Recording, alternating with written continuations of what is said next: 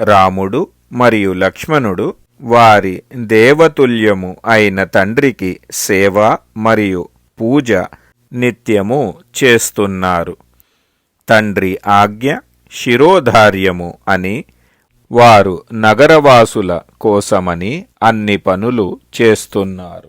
ఈ విధముగా రామలక్ష్మణులు ఇద్దరు సమస్తమైన ప్రియము మరి హితకరమైన కార్యములు నగరవాసుల కోసమని చేస్తున్నారు. ఈ విధముగా చాలా సంయమము చేస్తూ సమయానికి అనుకూలముగా ఆవశ్యకమైన వారి మాటలకి కూడా కార్యము పూర్ణము చేస్తున్నారు.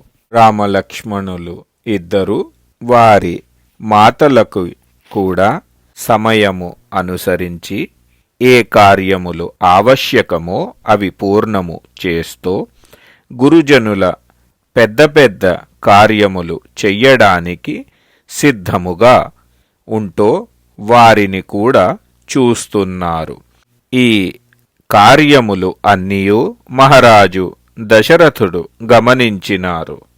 మహారాజు దశరథుడు అరి కార్యములు అన్నీయూ గమనిస్తున్నారు. అదే విధముగా వేదవేత్తలు, బ్రాహ్మణులు, వైశ్యవర్గము కూడా చాలా ప్రసన్నముగా ఉన్నారు.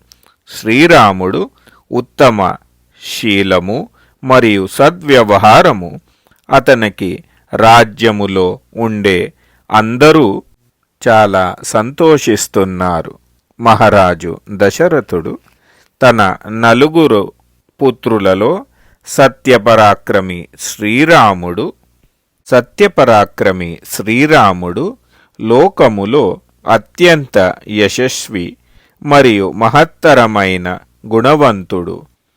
అదే విధముగా ఆ సమస్త భూతలములో స్వయంభూ బ్రహ్మ అత్యంత యశస్వి మరియు మహత్తర గుణములు కలిగినవారు. శ్రీరాముడు సదా సీతా హృదయ మందిరములో ఉండేవారు.